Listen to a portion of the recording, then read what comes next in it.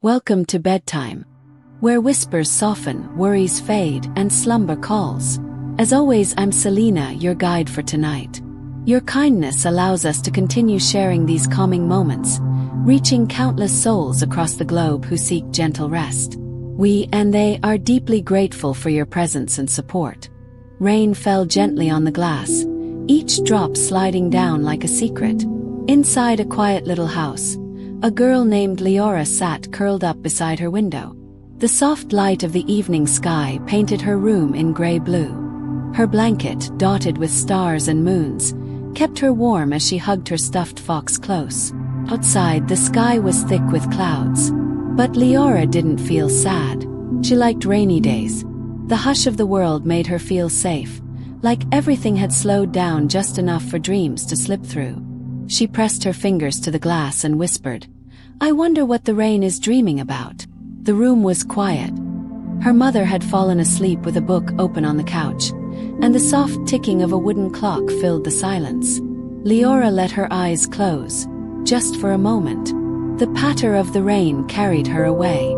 But something shifted. A cool breeze crept through the tiniest crack in the window, carrying with it a scent she had never known. It was like mint and snow and something older, something magical. Her eyes fluttered open. She was no longer in her room. Soft grass lay beneath her. The sky above was no longer gray. It glowed faint blue like twilight in a dream. And yet, the rain was still falling. It touched her skin but left no wetness. It was warm like mist from a memory. Liora sat up. Before her stretched a field full of tiny glass mushrooms and glowing dandelions.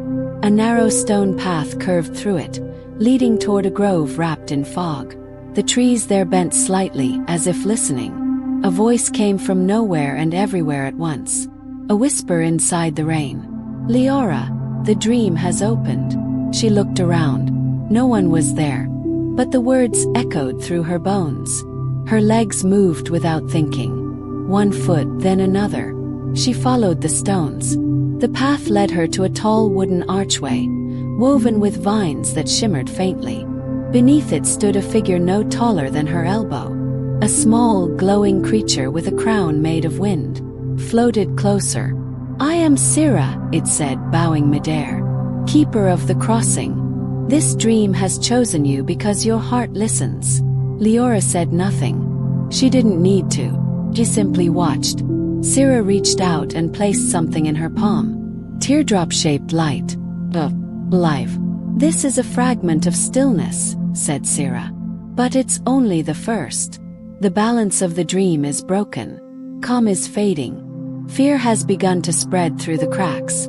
You must gather what remains."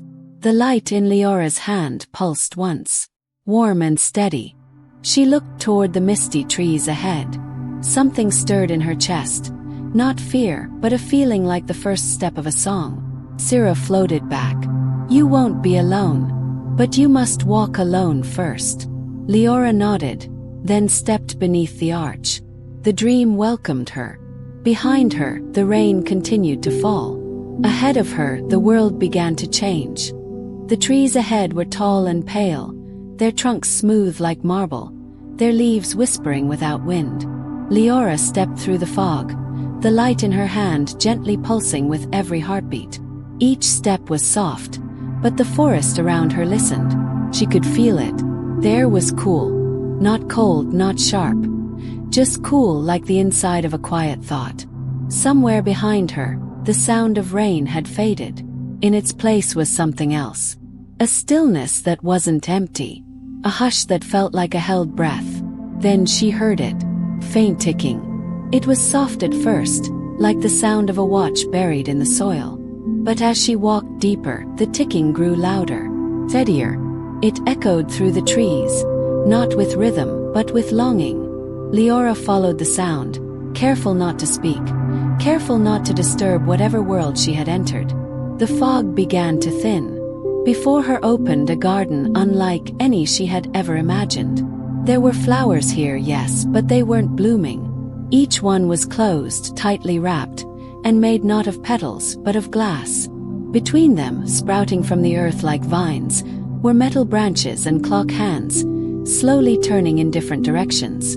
Some ticked forward, some ticked backward, and others didn't move at all. In the center of the garden stood a strange tree. Its trunk was made of golden wood, smooth and glowing faintly. Instead of fruit, it bore glowing hourglasses, dozens of them turning slowly in the windless air, some filled with silver sand, some with mist, completely empty. Beneath this tree sat someone. Boy. He looked not much older than Liora, but his hair was white as starlight. His eyes were closed, his hands resting on his knees. Around him, time moved differently. Leaves fell upward. The grass near his feet bent sideways. Liora stepped forward. The ground beneath her did not make a sound.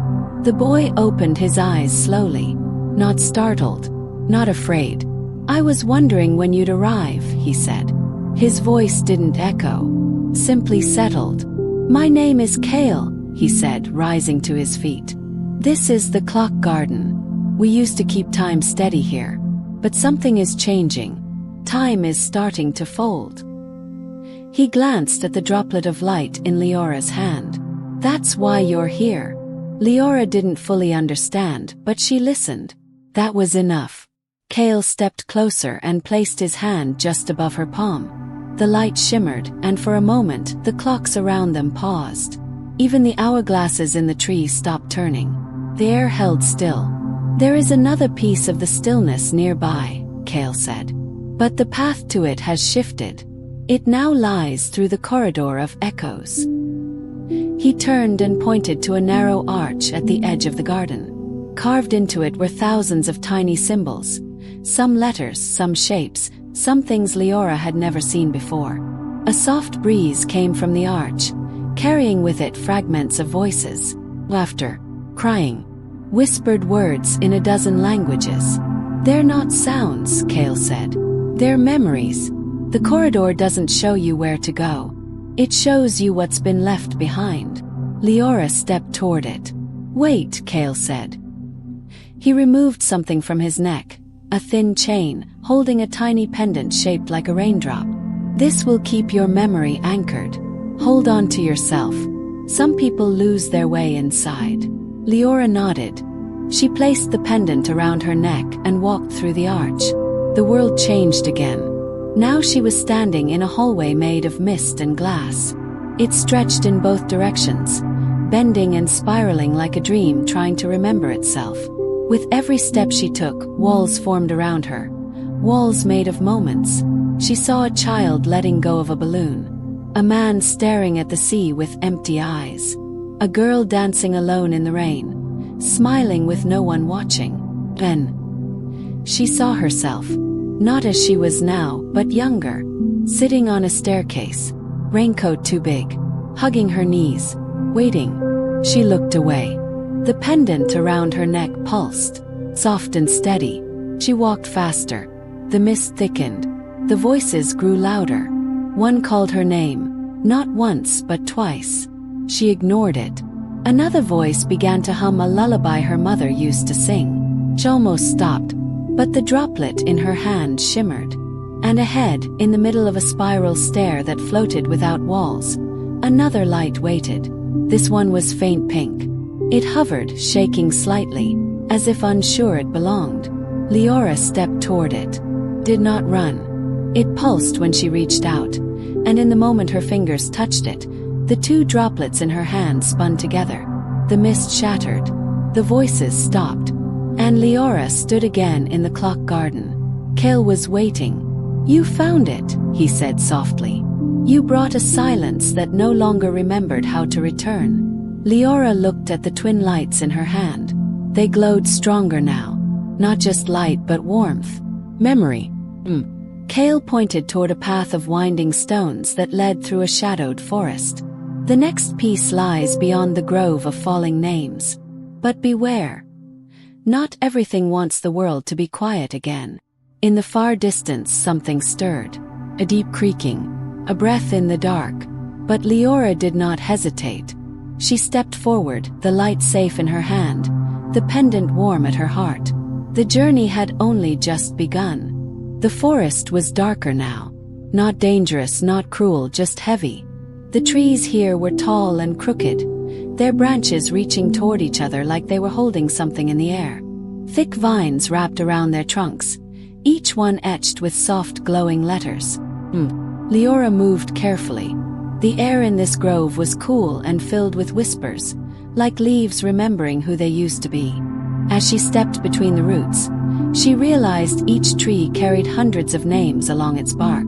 Some faded, some bright, some shaking as if afraid of being forgotten. She followed the path laid out in glowing moss, her hand still holding the droplets. Now two lights swirling together. Their warmth kept the shadows from touching her. But she wasn't alone. Not completely. A low flutter came from above, like the sound of feathers brushing glass. Liora looked up and saw something perched in the high branches. A bird-like creature, but too still. Its wings were wide and made of pages. Yes, paper covered in names. Its eyes were closed, but its head followed her movement. She kept walking, and then it spoke. Not aloud, but through the air itself, like its thoughts had become wind. Liora. She froze. You've come too far for silence now, it said. Do you remember who you are without a voice? She didn't answer. The creature spread its wings and floated down. It made no sound as it landed.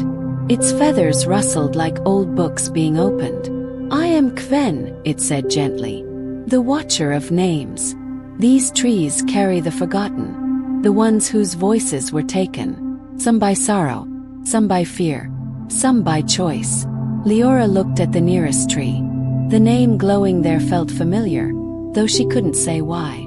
Kven tilted its head. You carry the stillness, it said. But the next fragment lies deeper, beneath the roots, where the names fall and do not return. Liora stepped forward. The moss beneath her feet grew thinner, replaced by soft soil. She reached a clearing. No trees stood here. Only one giant root system, rising from the ground in tangled spirals. It looked like a frozen wave. At the center was a hollow, dark, breathing. Liora took one step into it, and everything above her dimmed. She held the droplets close. The light pulsed once, steady. The pendant around her neck grew warm. She stepped inside. The air changed. No birds, no wind, only the soft, distant sound of names being whispered. So fast they became one stream. She passed through tight passageways made of roots and vines. As she walked, they opened slightly, just enough to let her through. At the heart of the hollow was a well. Not a deep one, not made for water. It had no bottom she could see, only a soft light glowing at the base. Flickered, nervous. Liora leaned over the edge. The well whispered back her name. She gasped but didn't fall. Something rose from the well, a shape made of mist, holding a small droplet in its center. This droplet wasn't like the others. It flickered with color, deep purple and blue, like a bruise trying to heal. The mist spoke, but not with words. Showed her something. Memory. She was small again, hiding in a corner. She had shouted once, loud broken words, then silence. A silence that stayed, that never left. Her name had been called, but she hadn't answered. Not because she didn't hear, but because she didn't know who she was anymore. Tears rose in her eyes, but the pendant glowed stronger. She took a deep breath and reached out. The mist hesitated, trembled. Then it placed the third droplet in her palm. The others swirled around it, not overpowering but welcoming. The lights blended into a soft, steady glow. Stronger, hummer. The hollow around her shifted. Roots curled back. The whispers faded. Kven's voice returned, gentle and low. You remembered. Liora walked back into the clearing. The light from the trees had changed. The names no longer shook. The watcher nodded once, then spread its wings, rising silently into the branches above. Liora turned her eyes toward the path that led out of the grove. It curved through a shallow valley, where soft rain had begun to fall again. This rain was different, quieter, kind. But far beyond the hills, a shadow moved across the sky, slow and heavy. It didn't speak. It didn't need to. Liora's steps quickened. The fourth fragment was waiting. And it wouldn't wait forever. Liora followed the narrow path as it bent gently down into a valley of silver grass. Rain tapped softly around her, but the droplets in her hand stayed warm and dry, glowing brighter now with three lights woven together. Far ahead she saw it. Lake. It was not wide, but it shimmered like a mirror left out in the moonlight. There were no ripples, no waves. The water didn't move. It simply was like time had forgotten it. At the lake's edge stood a man. He was tall, dressed in robes of layered mist. His hair looked like it had grown from fog itself, floating just above his shoulders. He stood so still, Liora thought he might be carved from stone.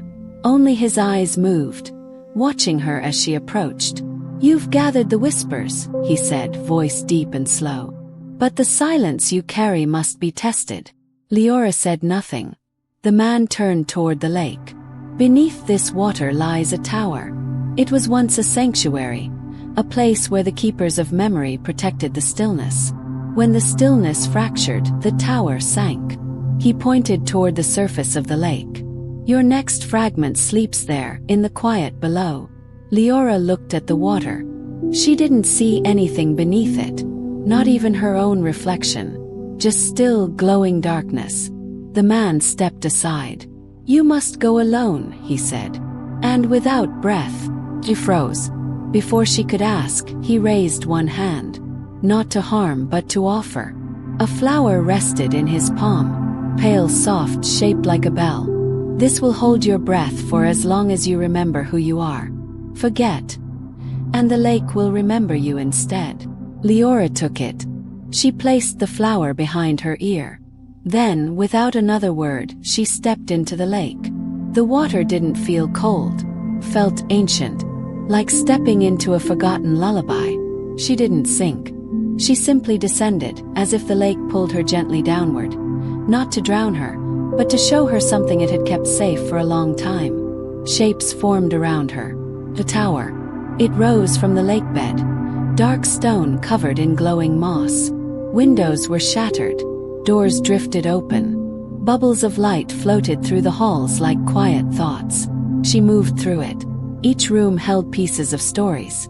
A cradle made of glass, harp with no strings, a hallway of broken mirrors, each reflecting faces that weren't hers, but somehow still familiar. And then, at the center of it all, she found a chamber. No furniture, no lights, only silence. And in the center of the floor, a small pool of black water, still as glass. She knelt beside it. Her own reflection stared back. But this time it changed. Blinked, then frowned, then reached up toward her. Liora flinched. The reflection pulled itself forward, stretching through the pool like smoke. It wasn't her. Not really. Just a shadow shaped like her. Hollow. Movement sharp. The shadow reached toward the light in her hand. Liora stepped back. But the reflection was fast.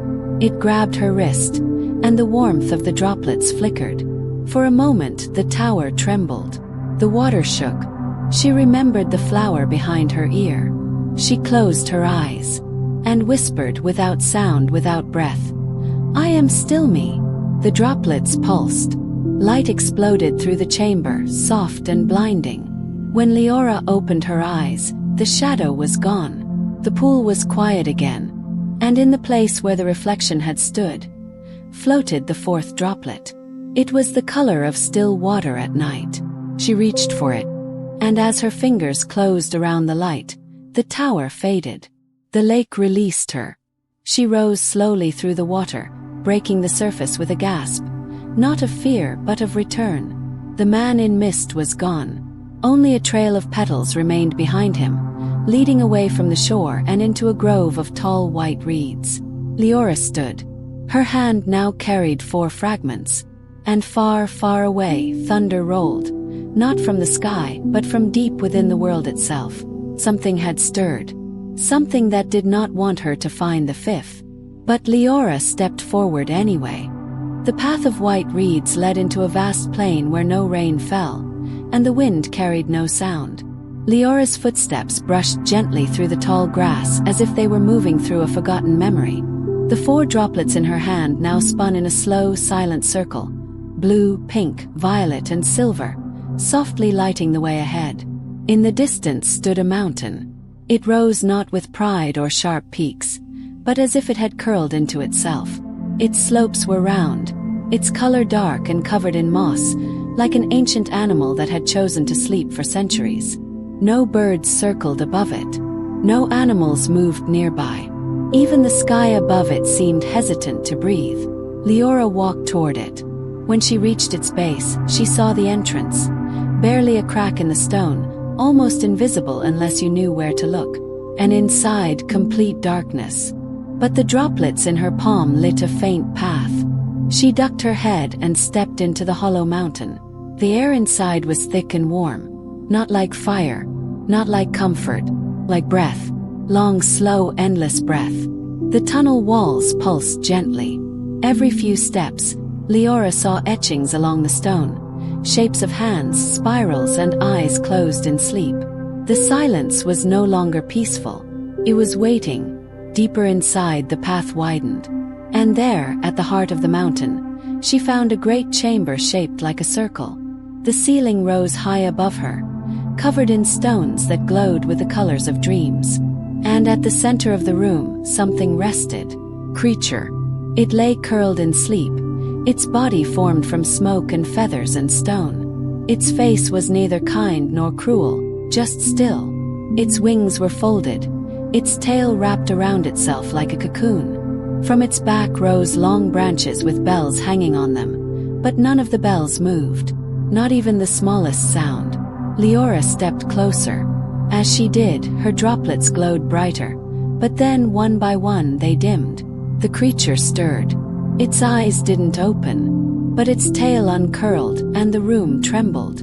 A gust of warm wind pushed through the chamber, smelling of dust and fading stars. Then a voice, not loud, not sharp, just there, entered her thoughts. "You carry the beginning of calm," it said.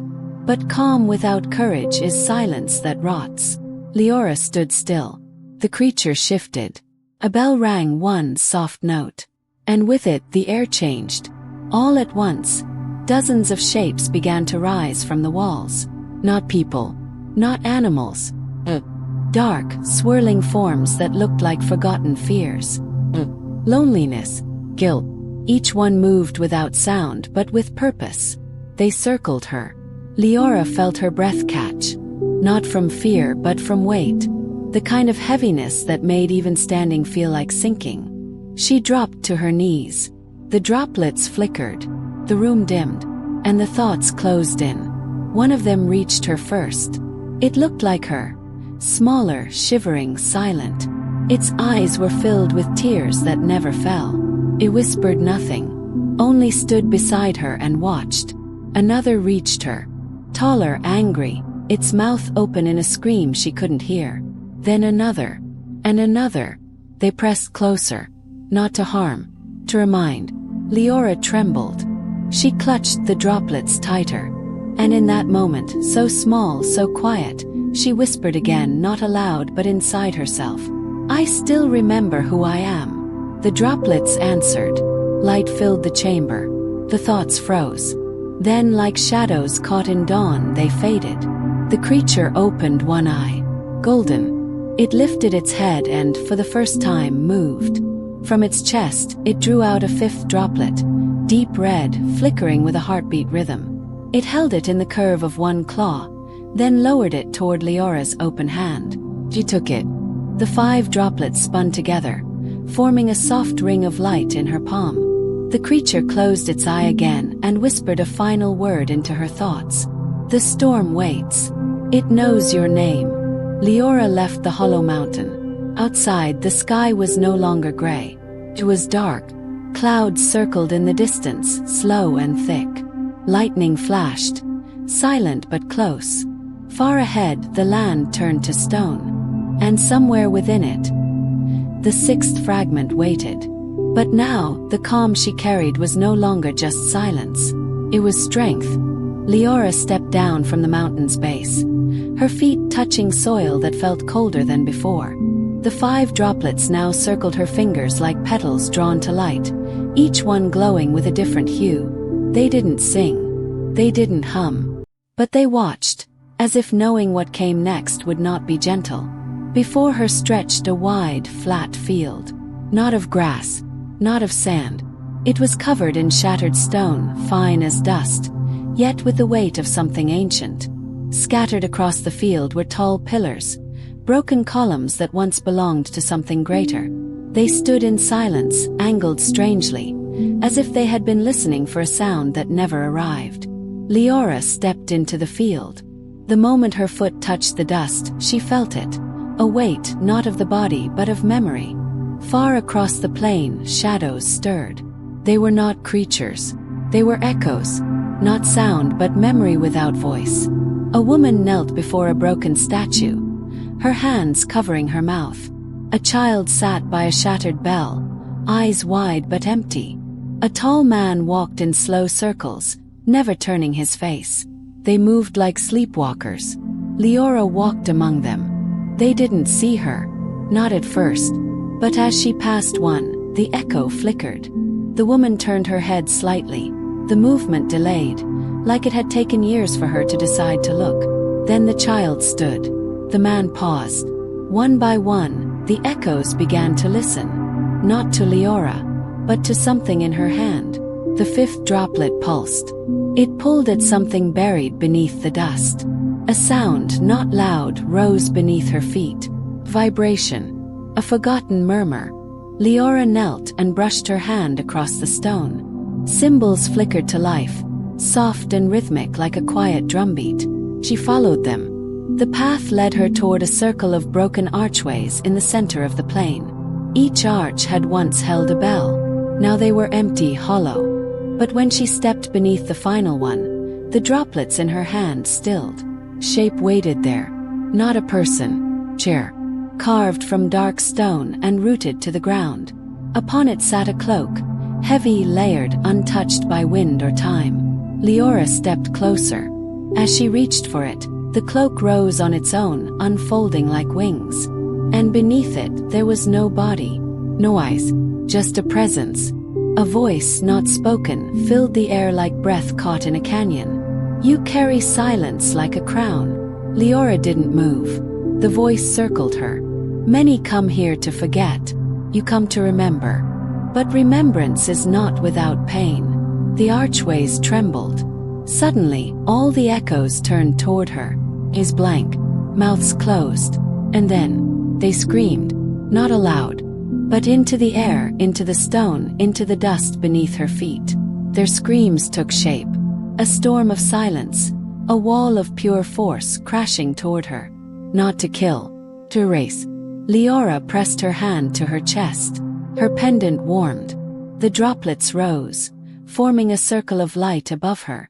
As the wall of silence struck, the droplets exploded in color, not to fight back but to embrace. The force slowed. Echoes froze. And in the heart of the stillness, a single tone rang out. Bell. One she had never heard before, but knew by heart. The 6th droplet fell from the sky, slow and spinning, like a petal cut loose by truth. It landed in her palm, clear, colorless, yet brighter than all the others. Liora breathed in, and the field changed. Echoes knelt, not in worship, in relief. Then, one by one, they faded into soft motes of light and scattered into the wind. Only the sound of that single bell remained. And the path ahead. It led toward cliffs where the sky touched the stone, where the wind stopped moving, where something old had begun to wake. Liora stepped forward. 6 fragments now. And still the storm waited.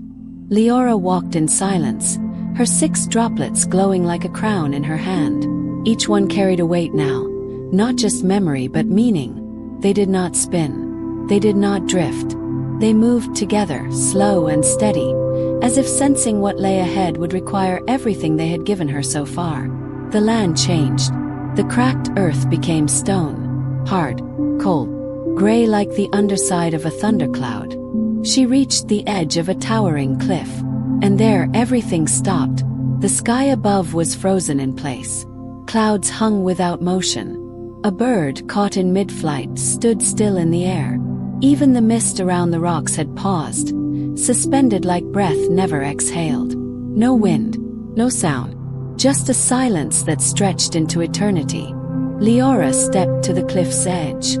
Far below, endless fog churned in slow motion, not swirling, not rising, simply caught between one moment and the next.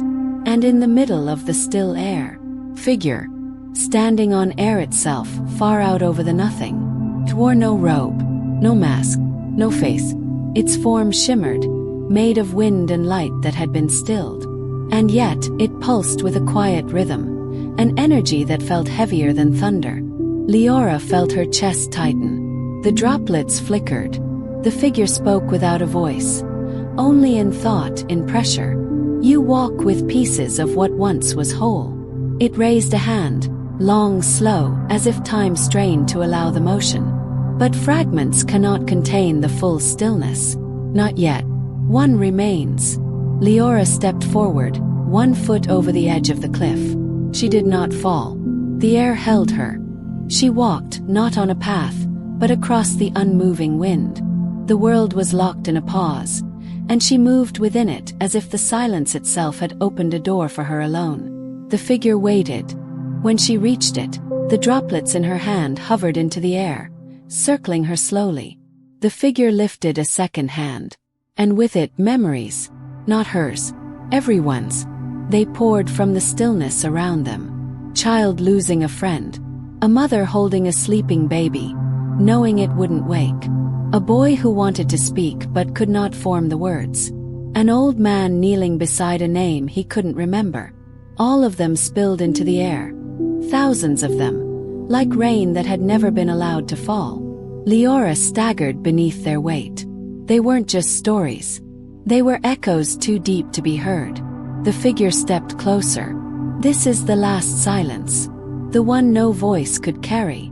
It reached into its chest and drew out the 7th droplet. Didn't glow. It didn't shine. It was black, heavy, ill. Liora reached for it, and the moment her hand closed around it, everything shattered. Not broken, freed. The sky began to move. The bird flapped its wings again. The wind roared back across the cliff. Time returned, and the silence changed. It was no longer the absence of sound. It was the presence of stillness, the kind that made people listen, not fear. Liora floated down from the air and landed softly on the stone. The figure was gone, but its presence remained behind her, in the way the wind bent gently around her shoulders. The 7 droplets now circled her in perfect rhythm, and somewhere far beyond the cliff, where the clouds opened into thunder, a great storm began to rise, not of weather, but of memory. Liora turned toward it, and walked into the wind. Liora walked beneath a sky that no longer held back. Wind howled above her, low and steady, like a beast breathing in its sleep. The air smelled of stone, ash, and something older, something that had not been named in a very long time. The path narrowed. Cliffs rose on either side, high and cracked. Lightning moved across the sky in crooked silence, painting silver veins through dark clouds. Yet no thunder followed. The droplets floated beside her, 7 now, each one pulsing gently, their light dim but warm, as if conserving strength for what lay ahead. At the end of the path, the ground opened into a vast hollow, broken plain. Black rocks split and twisted, as if the earth had once screamed and then gone quiet forever. And there, at the center of it all, the storm. It stood like a tower made of cloud and wind, its body swirling without rhythm. No eyes, no voice, only shape. Did not roar, it did not flash, but the silence around it ached, pressing against Liora's skin like 1,000 hands. Felt, and it remembered her. The storm pulsed once. The sky above cracked open, but no rain fell. Instead, shadows began to gather, long, tall forms pulled from the ground itself. They twisted into people. People Liora knew. Her mother. Her father. The girl she once played with near the river, before she vanished in the flood. Even herself, as she had been when she first stepped into the rain. So small and unsure. They circled her. Not threatening. Just there. Mirrors of memory. The droplets trembled. Liora clutched them tighter. The storm leaned closer, slow and soundless, like a wave preparing to fall. It sent a gust across the plain. Everything shook. The memories began to dissolve, turning into wind and dust. Then a whisper, not in words but in feeling. You carry silence. Give it back. Liora stepped forward. Her eyes were wet, but she didn't cry. She opened her palm and held out the 7 droplets. They spun together, faster now, rising like a small sun. Each one began to sing. A song without words, just feeling. The storm recoiled slightly, twisting in place, the wind pulling inward as if unsure. The droplets rose higher, and then they broke, not shattered, released. The fragments burst into light, spreading through the air like slow lightning. They moved into the storm, not to fight, not to stop it, but to complete it. Each one found a place inside the swirling chaos. The storm shook. It raged, not louder but deeper. And then it spoke, not with sound, with stillness. Everything stopped. For one long breath, the wind held its breath. The light froze. The sky opened. And a voice, soft and warm, filled the hollow. Not above her, within her. Thank you. The storm didn't vanish. Folded. Became smaller. Gentler. And at the center of where it had stood, something floated in the air. Shape. Not a droplet. Seed. Pill. Glowing with all 7 lights. Liora reached for it. Her hand closed around it. And in that moment, the plain beneath her feet cracked open. Not in destruction. In invitation. And the world pulled her downward. Gently. Like falling into sleep. Like being held. Like returning.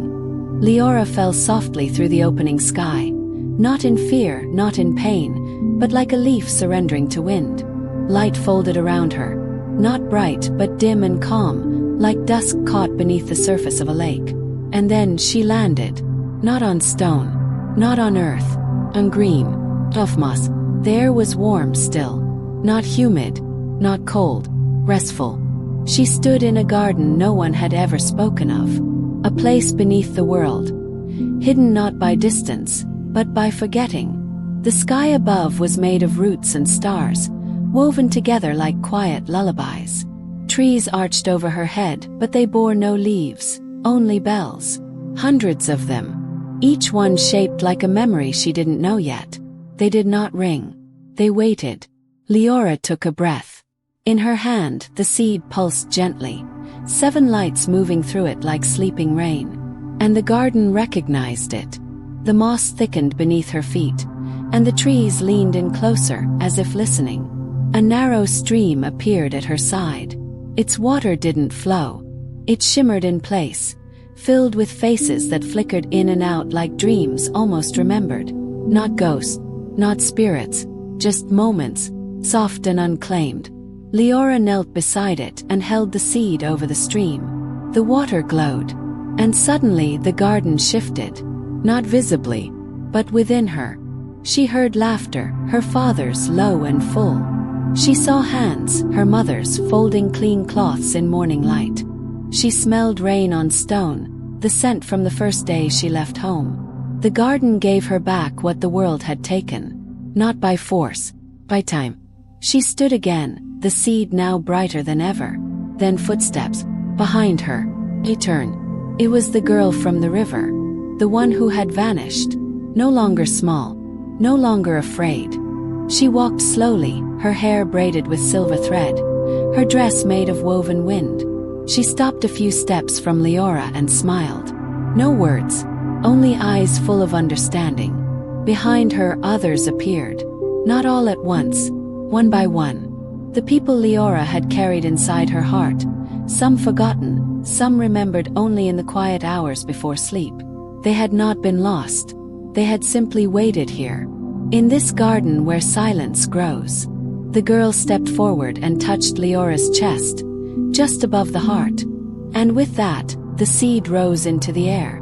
It hovered for a breath, then fell into the moss. No sound, no light, just rooting. The ground accepted it. And in its place, a single flower bloomed. 7 petals, each one the color of a droplet, each one carrying a memory no longer broken. The bells in the trees rang, not loud, just once, single perfect note. Liora closed her eyes. And in that instant the garden changed again. Not smaller, not darker, whole. She had not fixed what was broken. She had simply remembered what still lived beneath the silence. And now, the wind above began to move again, gently, calling her home. Liora stepped from the garden of bells with nothing in her hands. No droplets, no pendant, only quiet. But it was no longer empty. It was full. She rose slowly through the roots and stars, through the soft moss and the stream that no longer shimmered, but slept. The wind welcomed her now, circling her like a friend who had waited in silence for years. The world above had changed. She stood once more in the place where the storm had stood. Only now the plain was green. Grass pushed through the cracks. Wildflowers bloomed along the edges of stone. The sky, once tight with clouds, now opened wide with soft gray light. And finally, it began to rain. Not hard, not heavy, just soft, steady.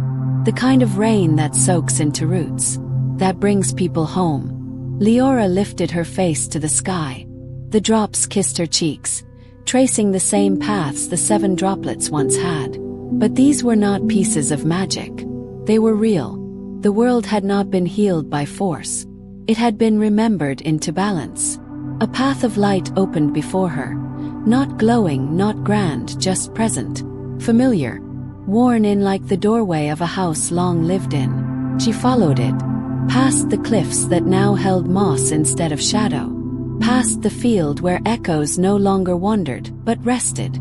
Past the trees where memories no longer clung, but danced in the air like dust in sunlight. Everywhere she passed, the land breathed easier. Not because of her, but because of what she chose to carry, and what she chose to leave behind. At the edge of the forest, where the mist once grew thickest, a figure waited. His coat was patched with sunlight. His eyes were not tired but quiet.